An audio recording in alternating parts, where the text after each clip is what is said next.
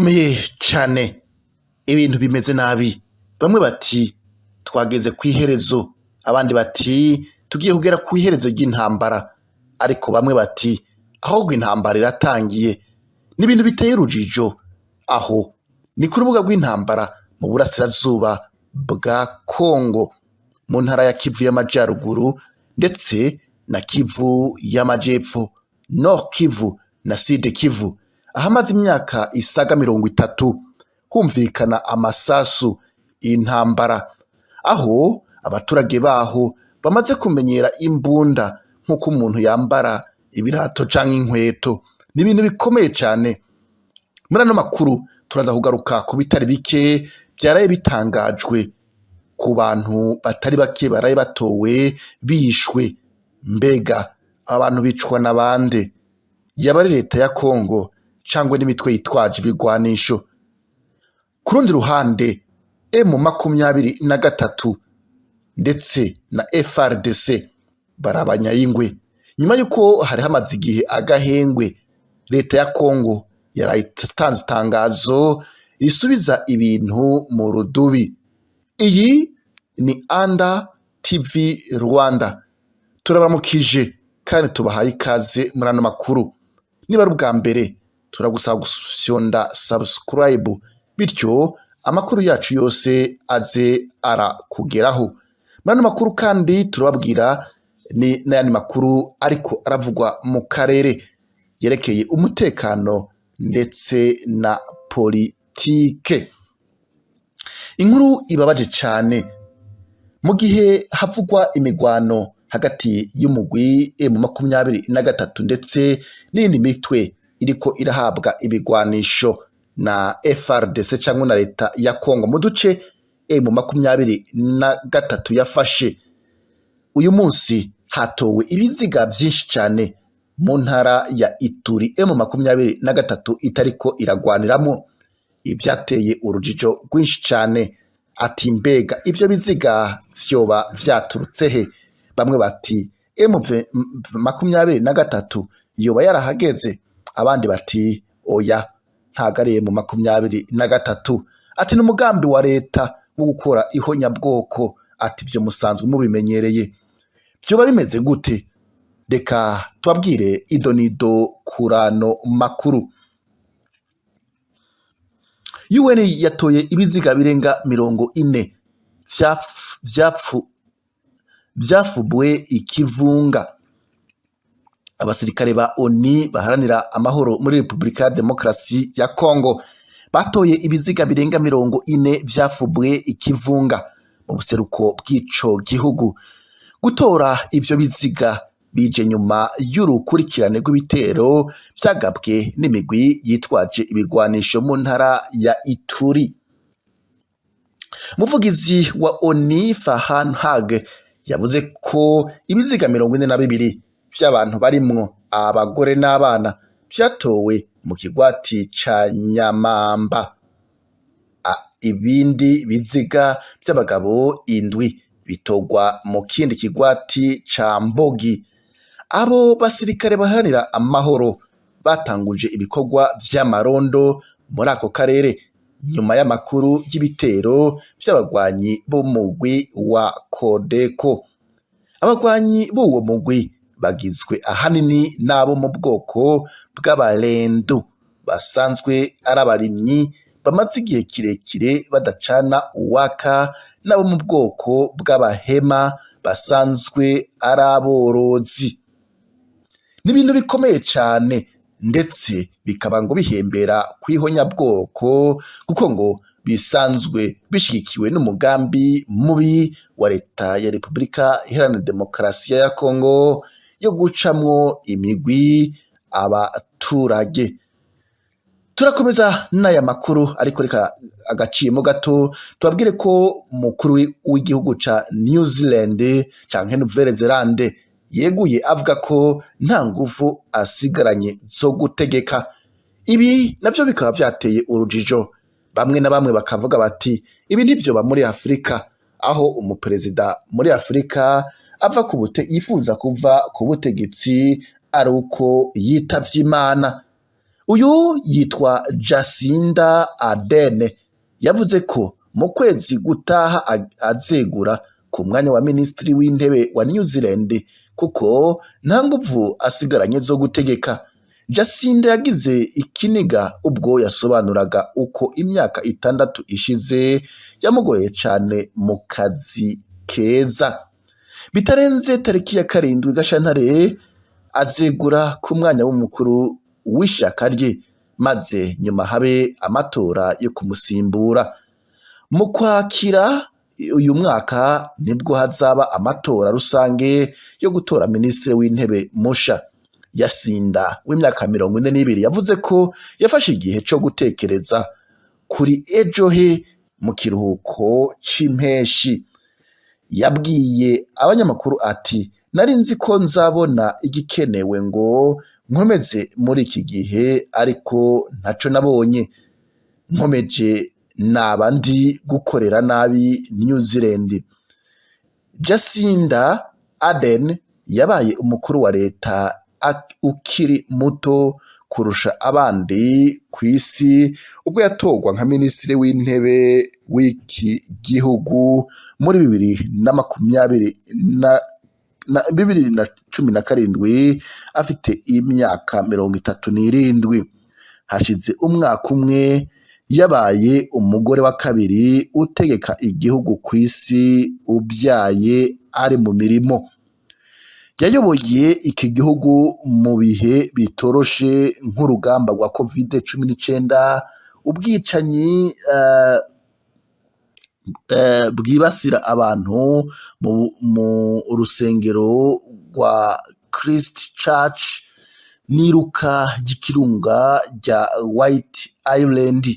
Yagize ati gutegeka igihugu mu bihe vy'amahoro ni ikintu kimwe, no kugitegeka mu bihe by'akaga ni ikindi. Ibyo bihe vyantwaye imbaraga kubera uburemere no gutinda kwabyo. Rwose nta gihe cabayeho aho twavuga ngo twari tuyoboye bisanzwe. Yongeyeho ati dukeneye amaboko masha kuri ibi bibazo. Minisitiri w'intebe Anthony Albanese yatanze ubutumwa bwo gushimagiza Jacinda nk'umutegetsi w'ubwenge, imbaraga n'impuhwe.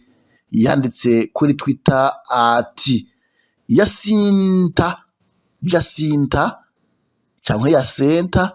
yabaye umuvugizi ukomeye wa New Zealand, urugero kuri benshi n'inshuti ikomeye kuri njyewe.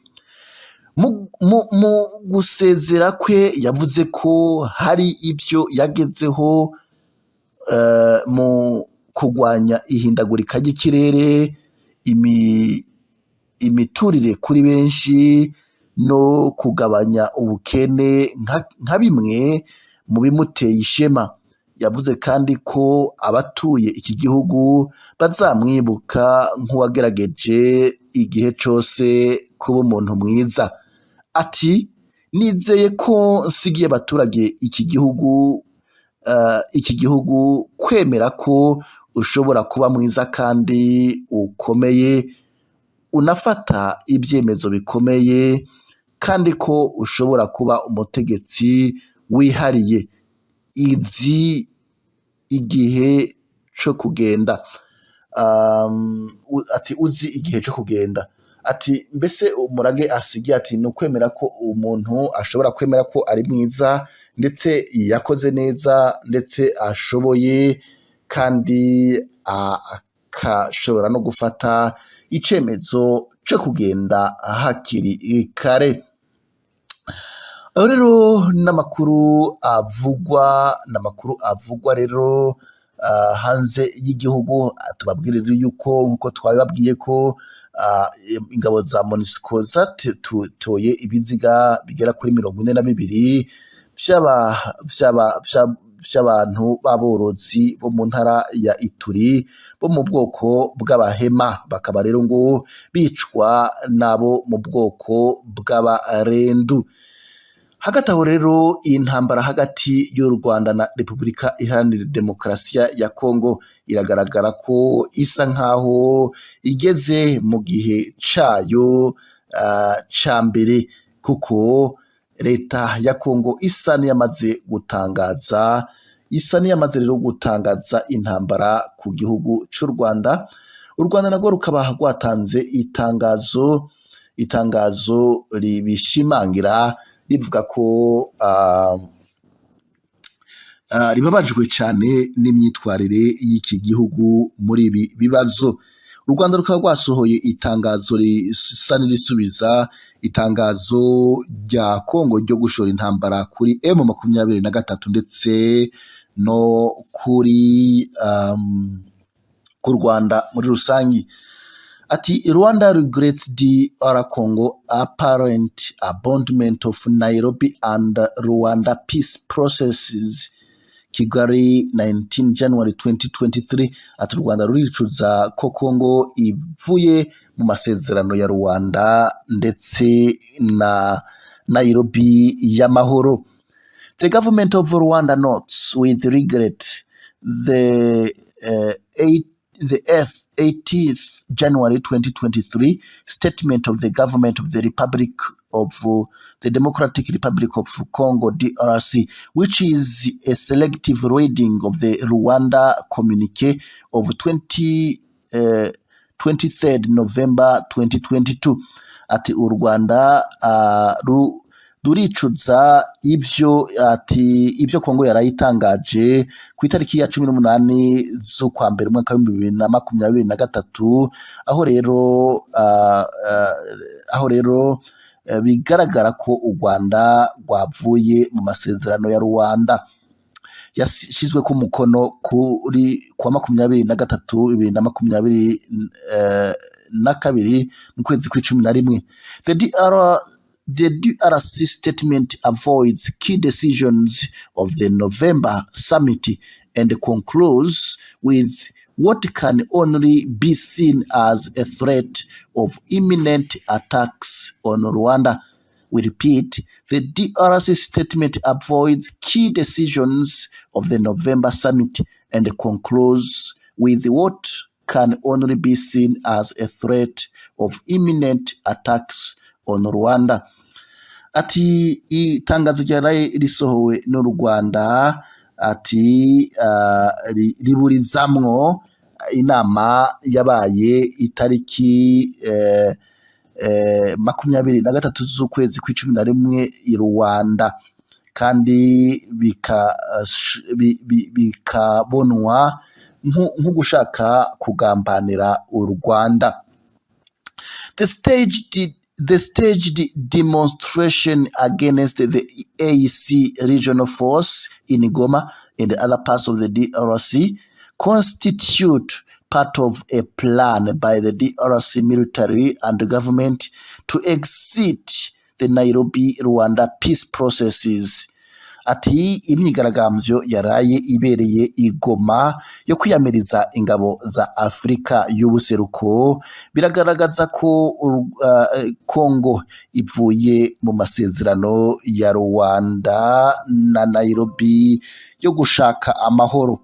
The goal of the demonstration appears to be to cause the departure of the force, whereas the Rwanda communique calls for continued full deployment of the EAC regional force. We repeat, the goal of the demonstrations appears to be to cause the departure of the force, whereas the Rwanda communique calls for the continued deployment of the EAC regional force.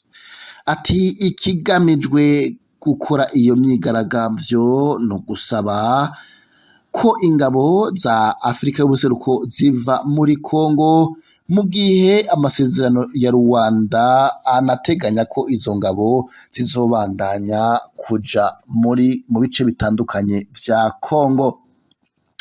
The Rwanda communique comprises important decisions beyond the withdrawal of one Congolese armed group.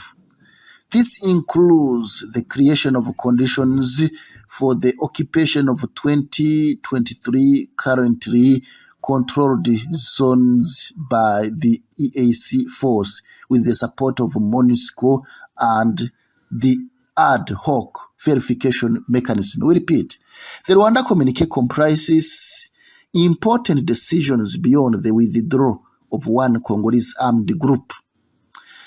This includes the creation of conditions for the occupation of M23 currently controlled zones by the EAC force with the support of MONUSCO and ad verification mechanism. Ati rero aya masezerano iri tangazo rya Rwanda ryavuga ko M23 igomba guha ikibanza kuva mu birindiro yafashe bigafatwa n'ingabo za Afrika y'ubuseruko, bigakontorwa n'ingabo za Afrika y'ubuseruko, MONUSCO ndetse n'umugwi ushinzwe kugenzura amahoro witwa CRGL. The Rwanda communique also calls for the cessation of all political and military support to the genocidal militia FDLR and other illegal armed groups.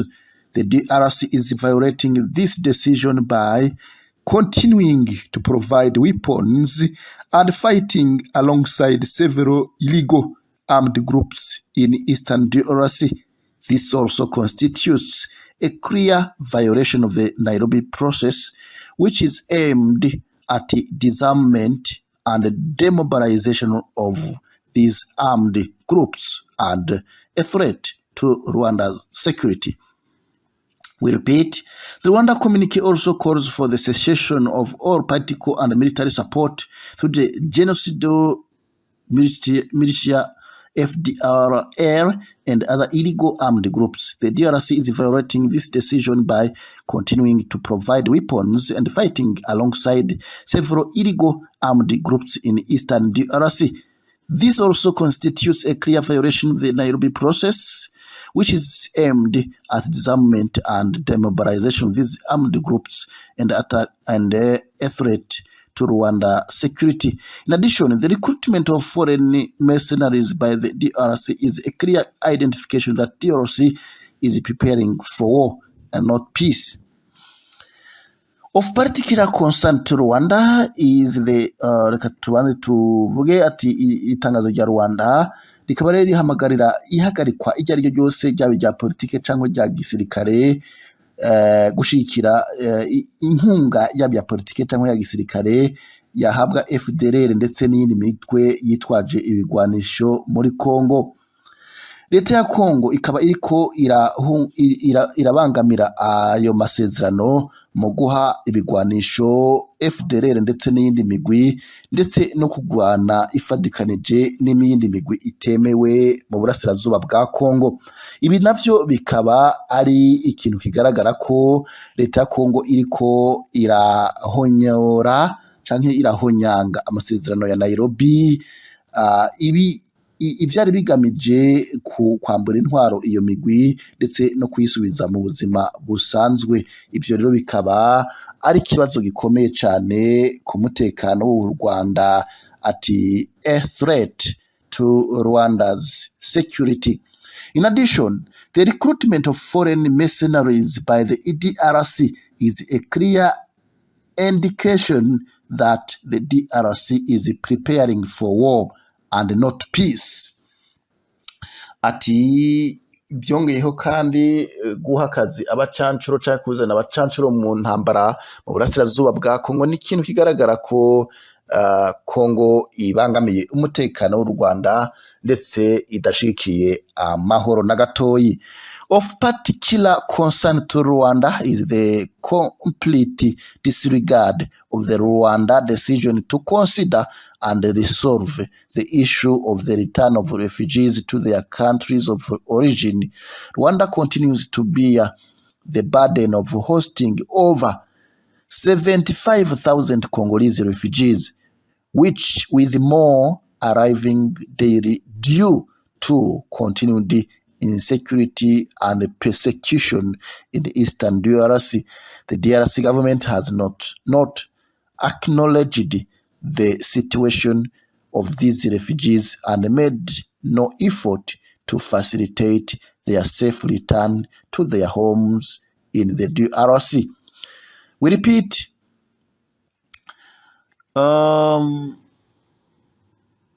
the DRC ati Kongo ntigeze yitaho rero ikibazo c'impunzi kimaze iminsi kibangamiye u Rwanda, kuko ati u Rwanda rufise umutwaro w'impunzi zigera ku 75,000 z'abakongomani, ndetse n'ubu zikabandanya zakira n'izindi bitewe n'intambara iri kuba mu burasirazuba bwa Kongo.